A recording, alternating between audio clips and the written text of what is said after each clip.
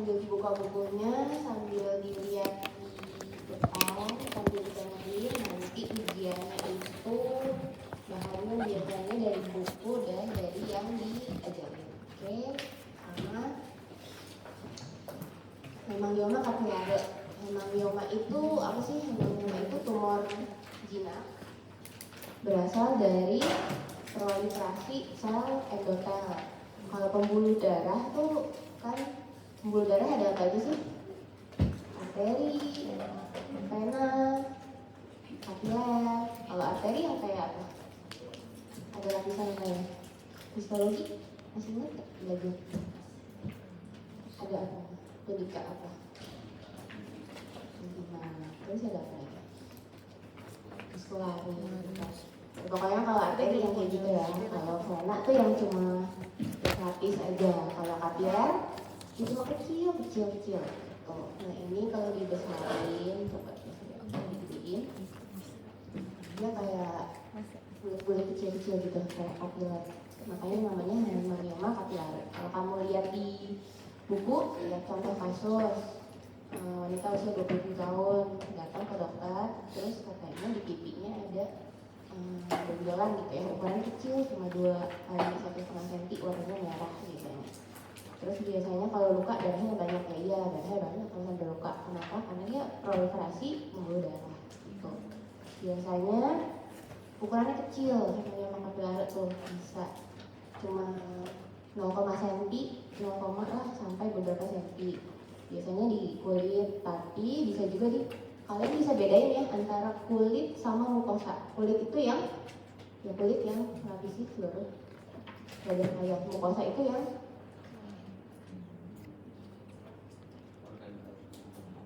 licin, misalnya dalam pipi apa? Kalau dalam pipi kamu bilang apa? Mukosa. Apapun yang licin, mukosa, gitu ya. Terus bisa di kulit, bisa di mukosa. Biasanya kemarin habis ujian belajar tumor jinak, tumor ganas, ujian pilek. Kalau yang batasnya tegas berarti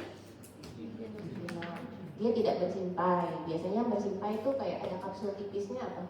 Lipom gitu ya, bisa ada simpainya. Kalau ini nggak ada, cuma batasnya aja tegas.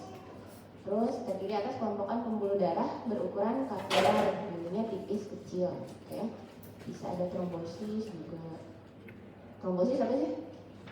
Trombosis apa?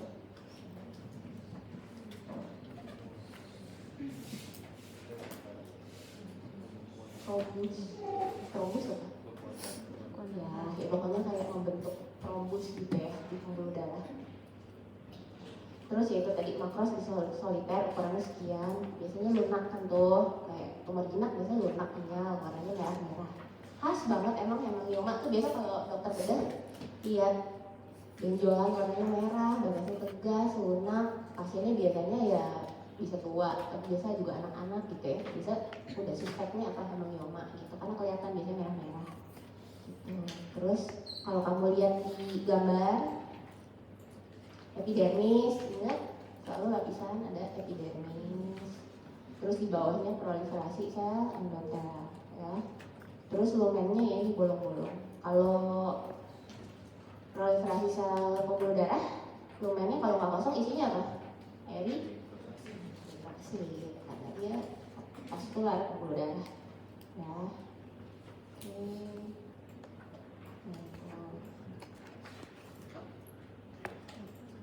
Ini kalau dideketin tuh, lumennya berbentuk, lumennya berisi proliferasi, lumennya berisi sel darah merah ya, proliferasi.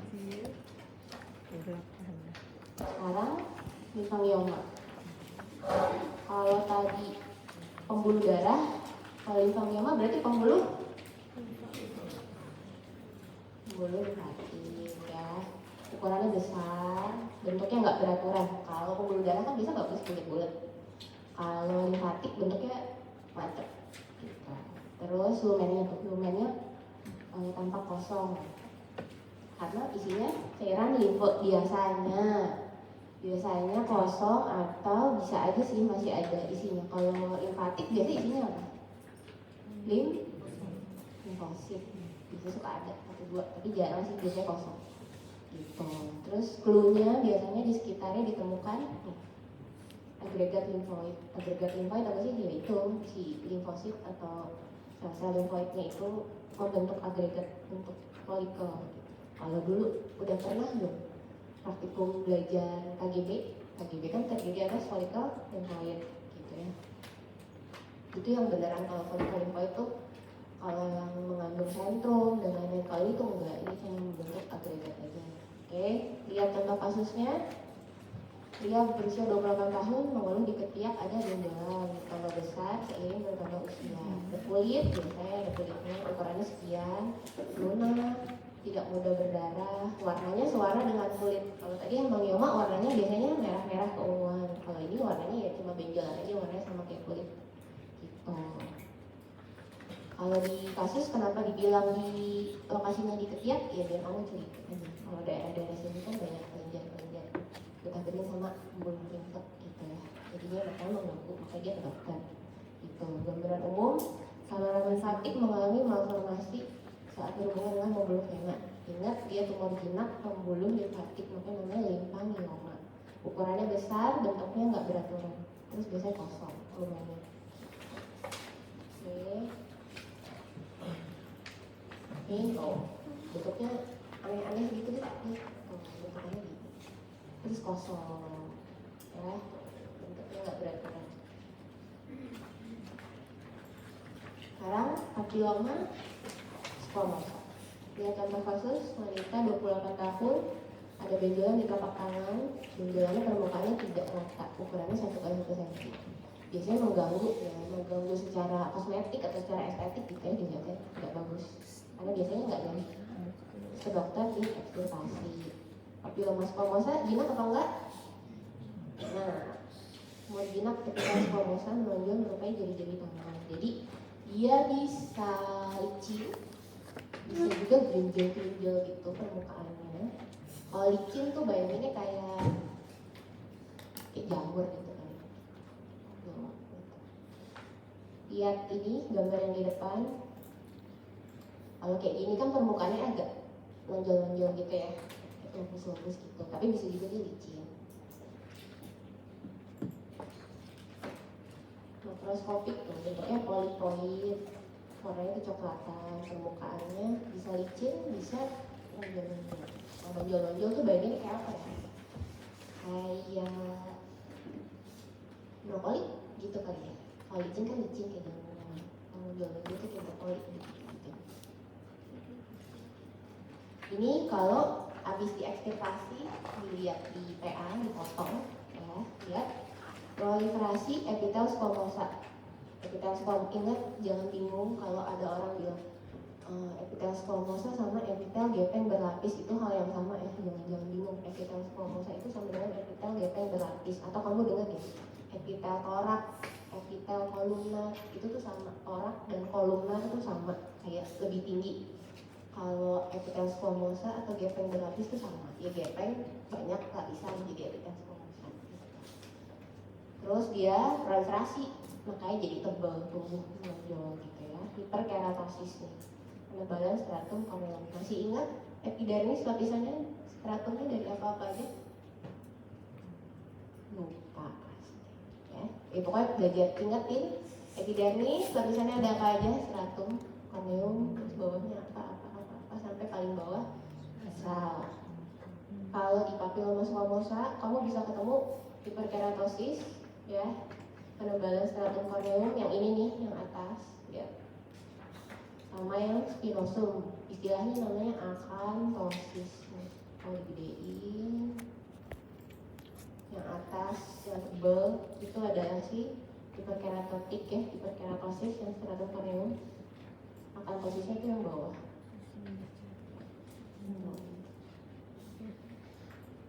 Ya, terus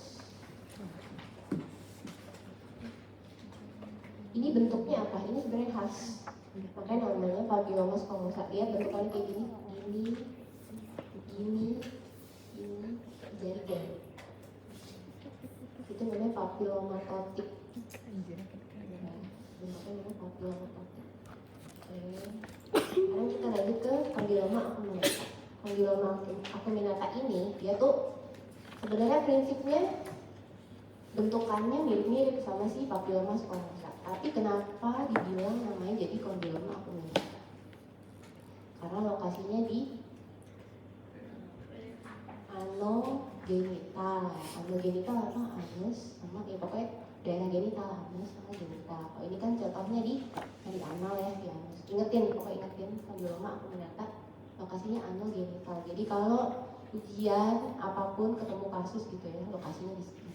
Ini terus dikasih clue-nya, misalnya ada benjolan gitu ya, benjol ayam kah. Terus biasanya ngarah-ngarah pertanyaannya tuh disebabkan oleh infeksi HPV, ingat ya? Lupa tuh.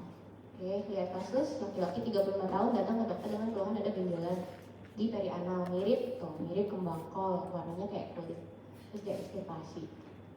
Dia sifatnya jinak, disebabkan HPV, terutama tuh tipe 6 dan 11. Ingetin yang kayak gini-gini tuh jangan dilupakan. Jadi selalu disebabkan oleh HPV tipenya ini, rasanya warnanya ya kayak warna kulit, kayak kembang kol. Ukurannya biasanya milimeter sampai senti lah, enggak yang sampai segede. Ada sih biasanya tuh kalau pasien yang imunosupresi kayak pasien HIV itu sering biasanya suka ada gitu ya, bisa besar ukurannya gitu. Tapi nggak sampai gede-gede banget lah. Terus tuh lokasinya ya, anogenital, vulva, perianal, anus ya. Sekarang kita lihat mikroskopiknya sama kayak tadi sebenarnya prinsipnya, bentuknya papilloma akrotik kayak jari-jari ya, dia stroma bercabang-cabang gitu. Ada akantosis ya, terus mengandung proliferasi kapiler dengan sebukan sel radang kronik ya, limfosit. Stroma yang mana? Stroma yang ini. Ya, jangan bingung, kalian tuh suka pakai stroma tuh yang mana sih kok? Stroma tuh bukan epitel tuh yang ini. Dengan epidermis, epitelnya. Stroma tuh ya kayak jaringan ikat di antaranya, itu namanya stroma. Lihat tuh di buku papil stroma bercabang-cabang, ada akantosis ya.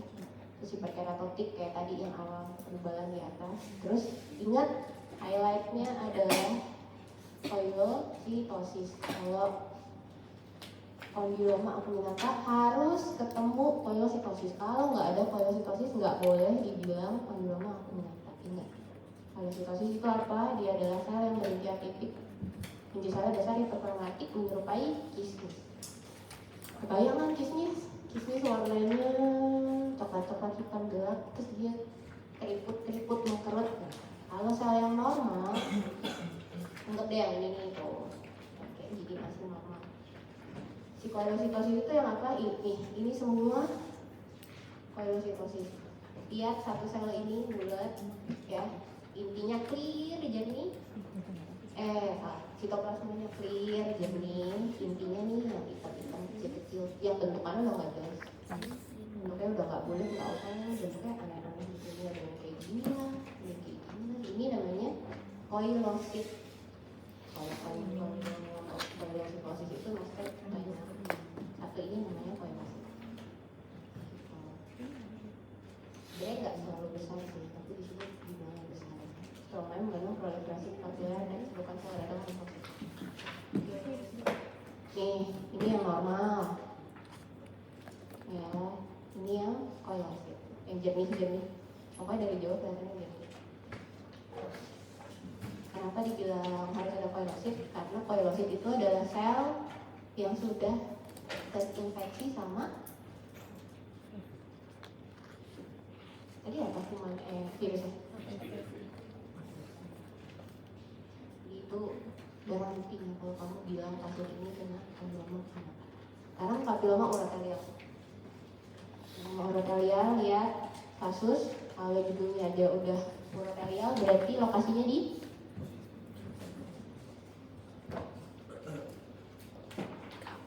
belum satu bloknya. Itu udah histologi. Uro, ya, urogenital ya. Jadi laki-laki usia 40 tahun mengeluh kencingnya berdarah, terus di sistoskopi, terus kelihatan ada massa di vesika urinaria, ukurannya tuh bisa kecil-kecil 0,3 terus diangkat dikirim ke PA. Gambar umum biasa ingetin untuk faktor resikonya, misalkan merokok atau pajangan terhadap aromatik amin. Makrosnya biasanya polipoid seperti biasa, papiloma, polipoid, papilomatotik, mirip-mirip lah kok polipoid, papilomatotik, pokoknya ininya bentuknya gitu, bulat-bulat kayak jari atau bentuknya kayak jamur. Permukaannya licin, ukurannya kecil. Ingat istilah exofitik, endofitik. Kalau exo berarti numbuh ke luar. Misalnya ini lumen. Kalau exofitik berarti dia numbuhnya ke arah lumen. Jadi nonjol kayak papiler, kelihatan. Kalau endofitik berarti ke dalam lumen. Jadi enggak nonjol kelihatan kayak ada tumornya, tapi tumornya kayak ke arah dalam lumen. Jadi sebenarnya licin, dia numbuhnya ke dalam. Bisa soliter. Pertumbuhan papila dengan tangkai fibrovaskular. Bayangin tangkai fibrovaskular adalah gini. Misalnya kayak jamur. Ini tangkainya ya. Di dalam tangkainya itu ada pembuluh darahnya. Kayak ada selangnya gitu. Jadi waktu kamu potong melintang, ini melintang, bayang ya ada pembuluh darahnya gini bulat-bulat. Gitu. Itu namanya tangkai fibrovaskular. Jadi di antara jaringan ikatnya ada pembuluh darah. Gitu. Terus struktur papila yang dilapisi oleh sel-sel ureter, ingat tadi vesika urinaria, apalagi ureter, sistem pelviokalistes di ginjal itu dilapisi oleh namanya sel-sel urotal. Atau kalau zaman dulu dibilangnya transisional, tapi sekarang kita sebutnya istilahnya sel-sel urotelian. Jangan bingung kalau keluar soal zaman dulu dilapisi oleh sel-sel transisional, itu jangan bahasa zaman dulu. Ketebalannya normal 6-7 lapis, artinya ya kayak kalau dilihat dihitung selnya ada 7 lapis, masih normal. Terus seperti biasa tidak tampak gangguan polaritas dan maturitas, berarti dia nggak displasia. Tidak ada atipia inti, berarti selnya normal gitu ya, nggak ada bentukan yang aneh-aneh. Stromanya sembab, bersembuhkan, sel radang kronik. Tuh ada 2 pola pertumbuhan, exofitik atau kalau di sini istilahnya inverted ke dalam, kayak endofitik gitu ya, tumbuhnya tuh ke dalam. Nah, ya, kalau ini digambar tadi ya polipoid, mukanya licin, ukurannya kecil, exofitik. Nah, ini kalau udah jadi slide gitu ya, kita lihat pembuahannya papiler. Ini nih kalau kepotong melintang tuh. Jadinya di dalam sini ada pembuluh darahnya kecil-kecil gitu. Tadi yang mana kan 6-7 lapis, yang ini ya kira-kira aja kira-kira. Kalau ini dari ujung sini dihitung ke arah sini, kira-kira ya 6-7 lapis. Terus bentuknya masih bagus ya, nggak ada gangguan polaritas dan maturitas. Terus stromanya sembab. Stroma sembab tuh apa sih? Tidak usah terlalu dipusingkan, pokoknya sembab tuh kayak warnanya kayak lebih pink muda gitu ya, stromanya sembab. Terus ada sel-sel radang kronik gitu. Ini kalau potong melintang nih, jadi bentuknya anggapnya kayak jari gitu, terus potong melintang nanti jadi bulat. Nah, ini tangkainya tengah-tengah. Oke.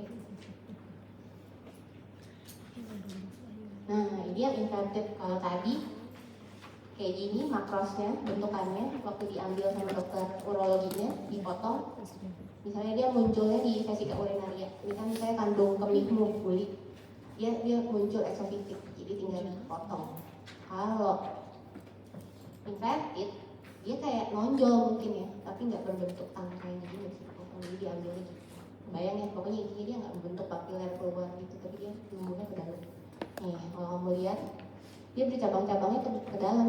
Nih, epitelnya licin aja, bukan yang papilomatotik kayak tadi. Dia licin, tapi epitelnya numbuhnya ke dalam. Lihat. Ya, lihat kita bilangnya apa ya? Struktur pertumbuhannya bisa trabekular atau membentuk pot kayak kita, cuma lurus-lurus gini. Yang manakah yang trabekular, yang mana yang quartz? Ini sebenarnya gambarnya udah mirip-mirip, jadi sebenarnya bingung. Tapi gini, kalau yang bentuknya trabekular, lihat yang ada bintang. Trabekular tuh kamu bayanginnya kayak membentuk kayak akar gitu, kayak udah bercabang-cabang kemana-mana gitu ya, menjalar-jalar gitu. Kalau quartz ya udah, kayak cuma bikin pita ini. Misalnya kayak gini nih, ke belakang kemana-mana, dia bikin cabang-cabang gitu. Pokoknya ingetin aja kalau inverted, kalau gambarnya kayak gini licin, permukaannya licin, bawahnya gitu-gitu, itu inverted. Yang di buku juga cantik tuh gambarnya, lihat yang di buku. Ya, tuh sel urotel bercabang-cabang membentuk trabekular quartz ke invaginasi ke dalam lamina propria. Yang mana lamina propria ya yang pink-pink di antaranya itu. Terus area perifer dari quartz menunjukkan sel basal tersusun palisading. Coba kita lihat di kalau yang di buku juga bagus, cantik palisadingnya sebenarnya. Lihat yang di tandain segitiga yang di buku itu bentuknya palisading. Palisading itu palisade bikin kayak pagar di pinggir ya, diri-diri gitu. Lihat yang ditandain bintang di buku itu sel urotel normal. Jadi kamu kebayang ya, itu di lapisan sel urotel normal, terus tiba-tiba dia proliferasi masuk ke dalam skin invaginasi, macam-macam gitu bentukan. Ya, ini kalau yang di depan juga bagus. Lihat yang di depan, lihat area perifernya yang di ada garis, itu kan diri-diri gitu. Jadi di tepinya dia membentuk garis-garis. Oke. Lanjut. Ini yang kayak di buku benar. Ini juga tuh. Ya, sekarang belajar polip di eye tract, di kolon. Udah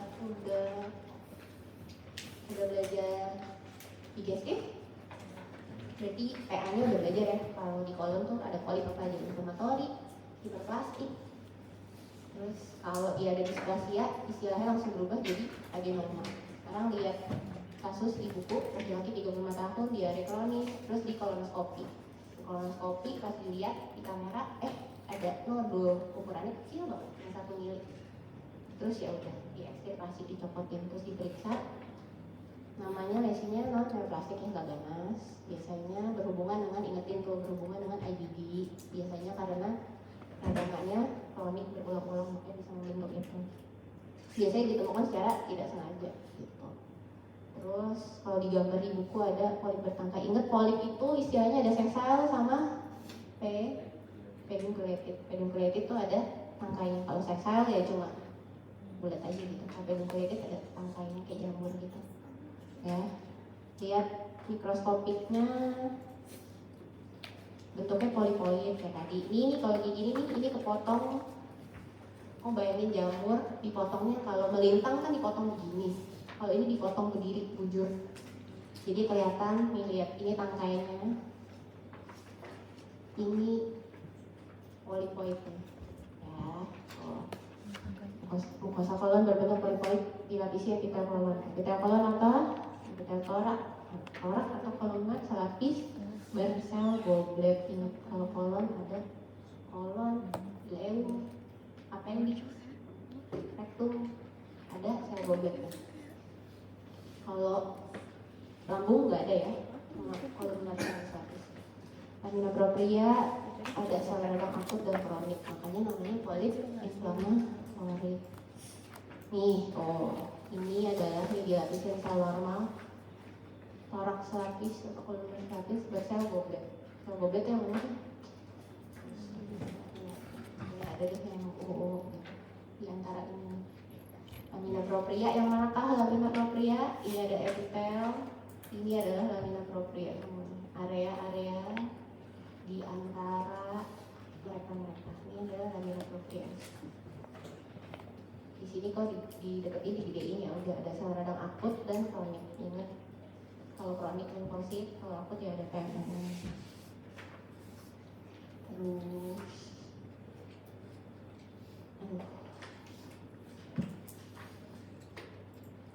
adenoma tubulo fiosum. Kalau tadi polip kan nggak ada displasia.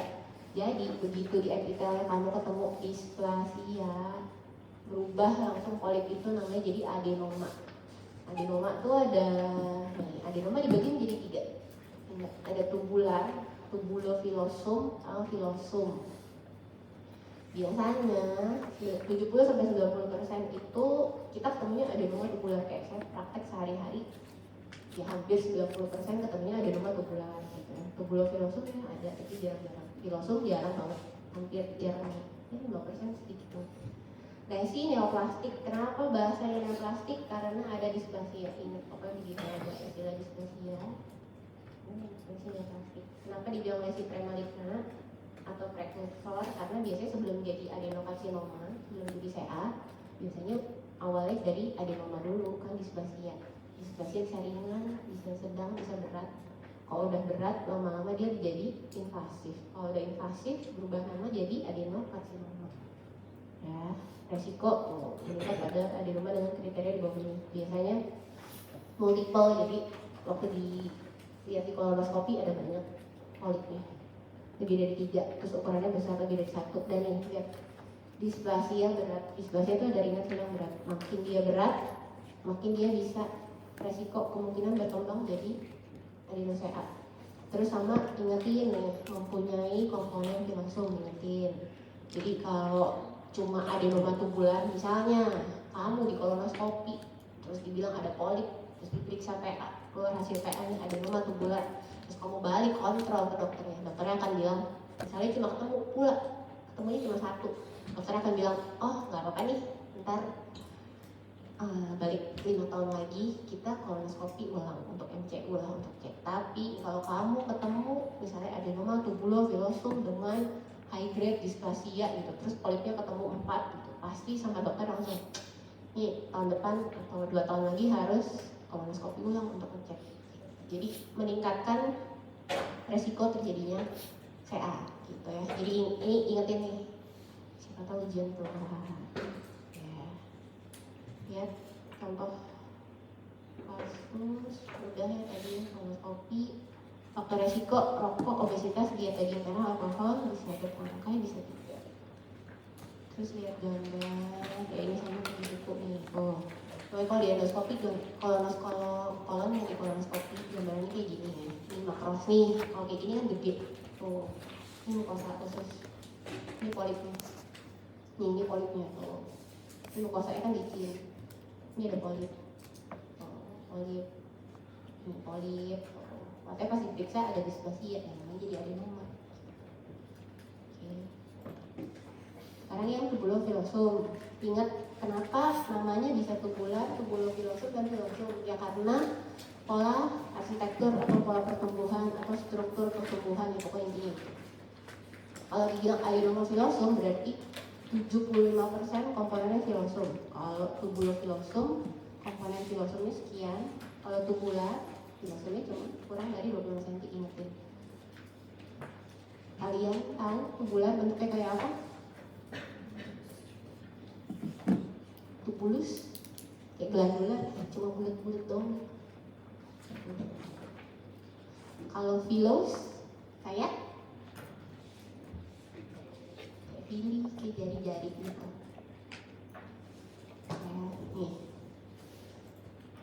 Nih kok ini kalau digedein ya kelihatan ya, ini kayak itu namanya filos, pembentukannya berbentuk filos. Gambarnya tuh nih kalau jadi nih tubularnya yang mana kah? Coba kita cari. Oh ini tubularnya itu yang bulat-bulat ya teh, yang bulat-bulat itu tubular. Yang jari-jari kayak gini itu filos gitu. Jadi kalau dari satu polip bentukannya ada yang filos, ada yang tubular, ya tubulofilosum. Tinggal kamu eyeballingnya kira-kira ini berapa persen gitu. Terus lihat di buku. Derajat displasia ini dibagi menjadi ringan, sedang, berat. Jadi kalau si displasia ringan sedang masuknya ke low grade. Kalau berat itu masuknya ke high grade. Bagaimana cara membedakan? Intinya bertumpuk tapi tidak mencapai setengah ketebalan. terus intinya memanjang dan hiperkromatik. Kalau yang high grade tuh sama tapi udah lebih dari setengah ketebalan. Pasti kamu bingung bagaimana membedakannya, coba ya. Yang manakah yang normal, yang manakah yang displasia nih.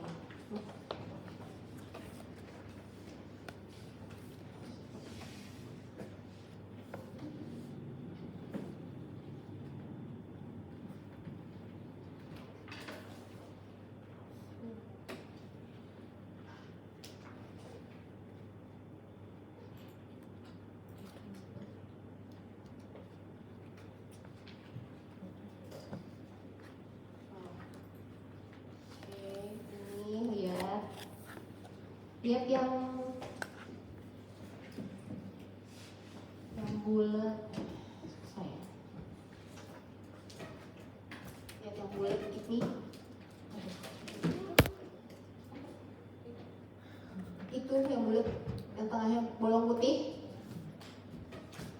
Lihat epitel yang melapisinnya. Coba ya. Itu kan kecil-kecil. Itu normal. Yang tidak normal adalah yang ini semua. Kalau kamu perhatiin bentuknya memanjang kayak pensil gitu dan warnanya lebih gelap gitu ya. Pokoknya intinya gitu prinsipnya. Ini yang tadi yang bulat, yang kayak putih itu kan normal, makanya kemarinnya kecil. Ini yang nggak normal. Terus kalau istilah tadi, inget hafalin aja. Kalau kurang dari setengah ketebalan low grade atau displasia ringan, lebih dari setengah ketebalan displasia berat, ingetin aja hafalin aja kayak gitu ya. Kayak dia hiperkromatik, intinya memanjang gitu. Nih ketebalannya tuh yang mana sih? Yang ini nih sebenarnya. Jadi yang ini kalau kayak kelihatan ya.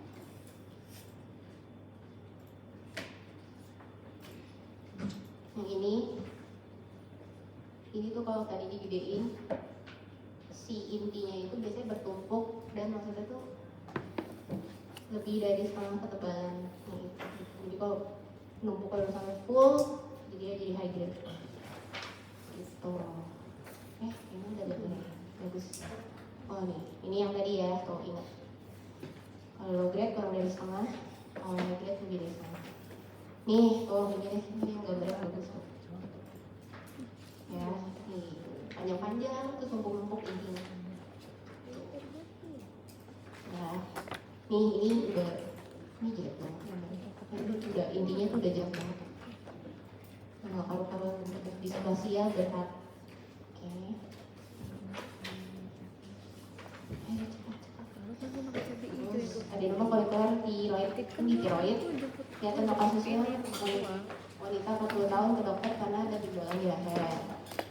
Ikut bergerak tak pelan, membesarnya lambat.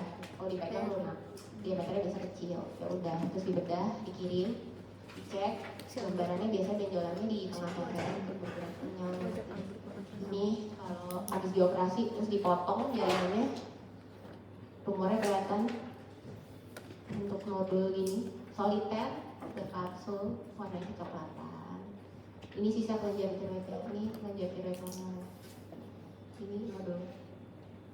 Terus di gambaran mikroskopiknya ternyata si nodul itu kalau jadi slide gambarannya kayak gini. Bentuk folikel tiroid. Udah blok belajar endokrin? Berarti udah tahu tiroid. Ya pokoknya histologi. Ingat histologi tiroid normal, jaringan tiroid itu terdiri atas folikel tiroid yang lumennya berisi koloid. Yang mana koloid? Yang ini nih, tuh. Ini kan lumen, ini kan folikel tiroid. Lumennya di sini koloid, yang pink kayak kita bilangnya kayak kayak pink gitu di tengah. Kalau adenoma folikular tiroid, judulnya aja udah adenoma jinak. Biasanya ada simpai, tuh ada kapsul, proliferasi folikel ya. Folikel tubular, glandular, tubulus itu bentukannya sama bulat.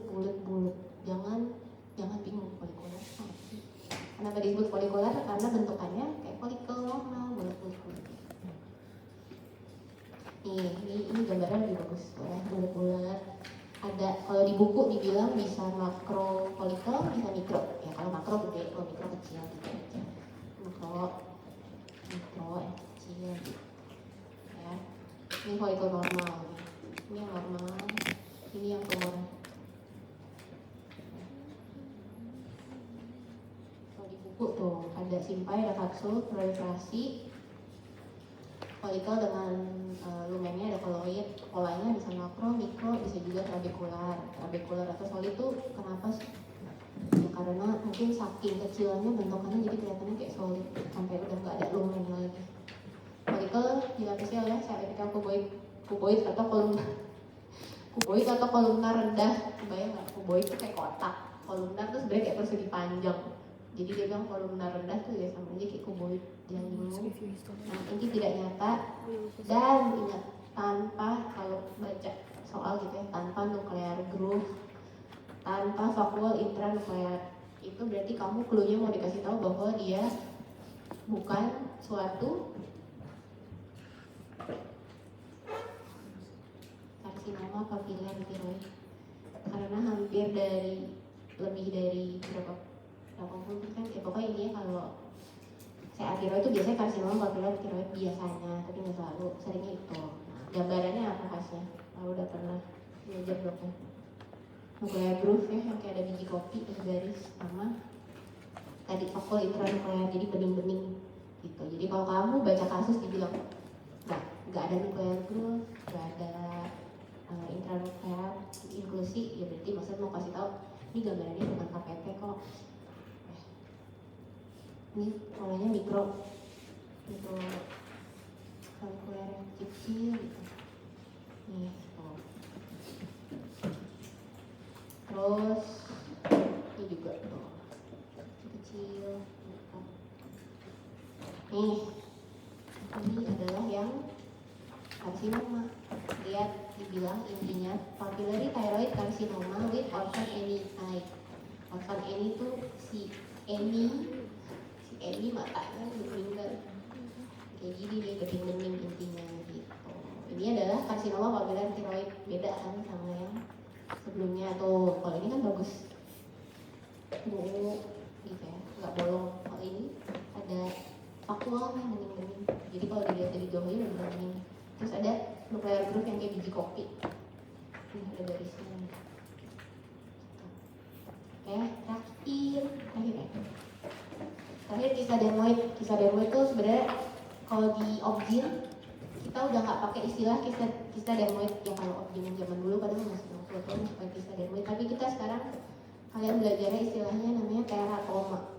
Teratoma ingat ada dua, matur, imatur. Jadi kalau melaporin teratoma harus dilaporin itu matur atau imatur, atau matur dengan komponen imatur ya, karena ini jinak jadinya teratoma matur. Kistik tuh karena ya tumornya bentuknya kistik, pas dibelah dia bolongan kistik. Terus kalau orang zaman dulu gitu ya, yang nggak diperiksa PA, terus yang nggak ke dokter gitu, terus ke dukun gitu ya, dibilang isinya ada rambut, ada tulang, ada gigi, dibilangnya diguna-guna gitu ya. Teratoma tuh isinya gini, isinya tuh kayak mentega berminyak, ada gumpalan rambut, bisa ada tulang, bisa ada gigi-gigi, pokoknya emang bentukannya kayak gitu. Kenapa? Lihat buku wanita usia, biasanya teratoma itu, ingat teratoma biasanya pasiennya usianya muda, sudah menikah, teratoma masa pada perut biasanya ada apa kayak perutnya gendut gitu, terus ke dokter Obgyn, terus diperiksa, oh ternyata di aneksanya nih, di ovariumnya kayaknya ada tumor gitu, ada massa gitu, kistik diameternya 5 cm, habis itu dianjurin untuk operasi, diangkat, dilihat, dipotong jaringannya kayak gini, gitu, ada rambut dan lain-lain gitu ya. Terus gambaran umum, tumor yang berasal dari sel germinal gitu, bersifat pluripotent. Ingat sel germinal ada 3, ingetin, ektodermal, mesodermal, endodermal. Teratoma dibagi jadi matur, imatur. Kalau matur pokoknya jinak, prognosisnya baik. Kalau imatur prognosisnya nggak baik. Tuh ya, tumornya bisa solid, bisa kistik. Terus mengandung minimal 2. Jadi kalau cuma ketemu ektoderm komponen ektoderm atau mesoderm boleh. Kalau ektoderm dan endoderm boleh, ya pokoknya minimal 2. Tuh, lihat apa saja nih, ingetin. Ektoderm itu contohnya apa sih? Epidermis kulit, ya adnexa deh, sebasea lah, apokin, rambut, gigi, parenkim otak, jaringan otak tuh masuk ektodermal. Kalau mesoderm ya kalau ketemu tulang, kartilago, otot, lemak. Kalau endoderm ya itu kamu ketemu epitel saluran cerna. Epitel saluran cerna apa? Torak, torak berlapis, barisan, goblet. Contohnya ingetin. Kalau saluran napas biasanya ada silia. Kebayang ya, kalau saluran napas ada silia. Terus jaringan hati, pankreas, bisa ada tiroid, bisa ada timus dan lain-lain. Sekarang lihat ini yang tadi, ya. Nih, ini waktu diperiksa adalah epidermis kulit gitu. Terus ada ini kelenjar sebasea, kelenjar minyak, ada folikel rambut, ntar bisa ada batang rambut ikut kepotong, bisa ada lemak. Ya, kamu bayangin orang di ovarium gitu, bisa ada lemak, bisa ada tulang gitu. Nih, ada otot ya, otot tuh masih ingat otot ada otot apa aja? Saraf mentang, jantung, ini saraf mentang gitu ya. Ada apokrin, biasanya ini parenkim otak. Pokoknya segala rupa bisa ada tiroid. Wah, tiba-tiba tuh folikel tiroid, adalah tulang rawan, tiba-tiba ada epitel usus. Oke. Kalau ini ya ektoderm sama mesoderm. Ektoderm apa tadi? Jaringan kulit, ya. Adnexa kulit itu apa aja ya tadi ya? Kelenjar sebasea, folikel rambut, apokrin. Ini mesoderm, karena ini apa? Lemak. Terus ini sama